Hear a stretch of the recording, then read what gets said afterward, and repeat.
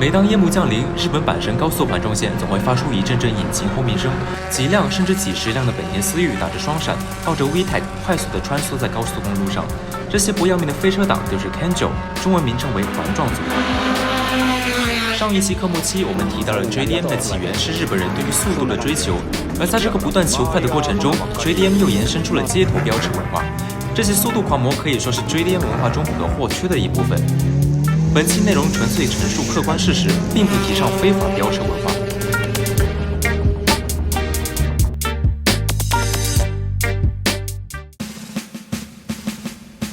1989年，日本迎来了泡沫经济的巅峰时期，很多人都过上了挥金如土的生活。但由于没有实业的支撑，虚假的繁荣逐渐出现了裂痕，大量的企业开始倒闭，失业率直线飙升。同时，政府采取了金融紧缩政策，并且增加了房产税。日本的炒房热潮瞬间崩塌，房价一落千丈。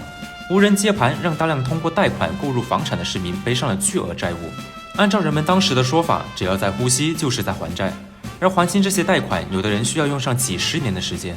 就这样，伴随着巨大的经济压力和对社会的不满，不少年轻人选择通过飙车来发泄情绪，但是他们又没钱下赛道合法赛车，所以选择了非法飙车。他们把赛车场搬到了阪神高速公路的1号环状线上。这条所谓的赛道全长7.68公里，整体呈木字形，弯道比较多而且窄，非常考验赛车的灵活性。这里没有任何规则，只要你能在车流中跑赢对手，你就是环线上的 No.1。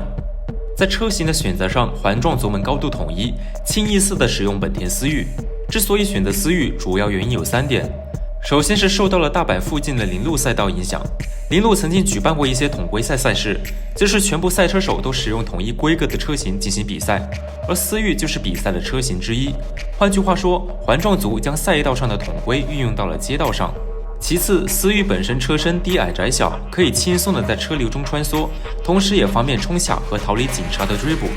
最后也是最关键的，那就是思域本身搭载的红顶 VTEC 发动机。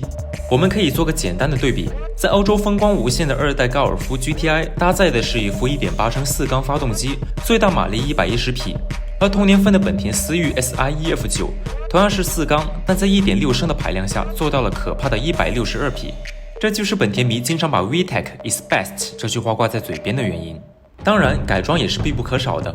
不少环状族会按照赛车的改装方式来武装自己的战车，让这些改装思域无限接近赛车，甚至超越赛车。名望高的环状族还会设计自己特有的拉花来彰显自己的地位，这便是大阪JDM风格。环状族的出现使得这些叛逆的年轻人找到了短暂的目标，游离在生死之间的飙车活动让他们感到无比的兴奋。高亢的引擎声所带来的颅内高潮感也让他们获得了一时的自由。只要速度够快，烦恼就追不上他们。之后，狂热的环状族们开始成立车队，试图称霸环状线。他们各自创立了像 No Good Racing、Temple Racing、Top Gun Racing 等臭名昭著的车队。大多数车队都是相互对立的，因为都在争第一。当环状族们在路上看到敌对车队时，会闪2下远光，这象征着向对手发起挑战。而一旦被前车拉远或打转向灯退出当前道路，就会被认定为 loser。据闻在鼎盛时期，环状线上会有上千台思域为了自己心目中的自由而燃烧汽油。当然，日本警察也不会坐视不理，但是在那个没有那么多追捕技术的年代，要在环线上抓住这些不要命的飙车党，除了设置路障或截停以外，没有太多的办法。况且巡警的丰田皇冠在这些重度改装后的平民战斗机面前根本无能为力，所以警察对环状族来说没什么太大的震慑力。也正因如此，有的环状族会在车身上贴 Bye Bye Police 等含有挑衅含义的贴纸来嘲笑这些束手无策的执法者。更过分的是，有的环状族会故意撞击警车，在警察面前搞事情，然后迅速踩下油门飞离现场。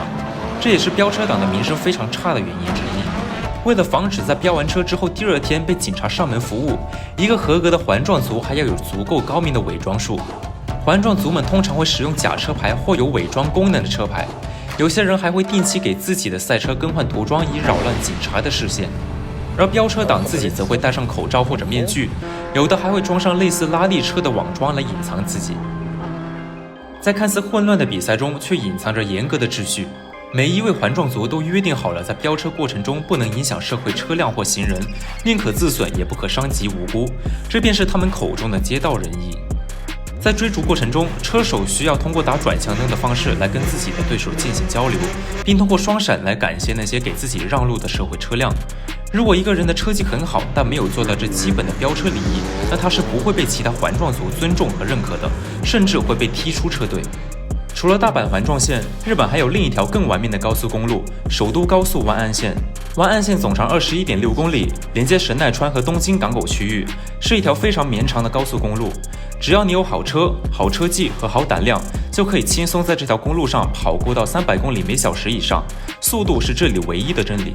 大马力是湾岸线上获胜的先决条件，所以动力不是特别猛的思域在这里毫无招架之力。在湾岸线上跑的都是像庞蒂亚克火鸟、法拉利这样以大马力见长的欧美车型，很难看到有日本本土跑车的身影。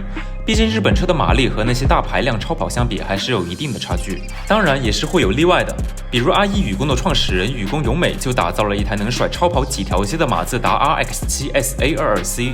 1987年，湾岸线上的暴走族非常嚣张，为了灭一灭他们的风头，保时捷重度玩家吉田荣一创立了闻名世界的地下飙车组织 Midnight Club。日本很多改装界的名人或多或少都会跟这个组织有一定的联系。吉田荣一是动漫湾岸 Midnight 岛达野的原型，他驾驶的保时捷911在与朝仓明雄的日产 Fairlady EZS30的对抗过程中进行了多次的改造和进化。而在现实中，有坊间传闻称吉田荣一的保时捷930在改装后马力达到了600匹，改装花费超过了6位数。虽然不知真假，但光是拆雨刮和后视镜带来减少风阻这一操作就已经非常硬核了。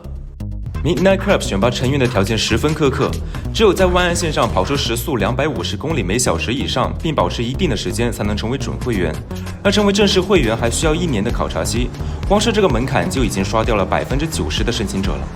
除此之外，这个地下飙车组织还有着非常严格的纪律，所有成员在飙车时都不能影响任何社会人士和车辆，并且对组织成员的信息都要守口如瓶。在组织聚会时，负责人会在报纸上刊登广告来告诉其他车手聚会的相关信息。举个例子，低价出售手提包，如有需要，请于晚上11点至凌晨2点到某某停车场见面。听起来像打游击似的，但这是最稳妥的传递信息的方式了。虽然有着严格的组织纪律，但这样完美的飙车行为最终还是出事了。1999年的某个凌晨 ，Midnight Club 的成员在与暴走族街头竞赛时发生了车祸，导致2名暴走族死亡和6名无辜平民受伤。这一行为背离了组织建立之初所信奉的道德准则，所以 Midnight Club 在这之后就解散了。一部分人也萌生了放弃街头赛车的想法。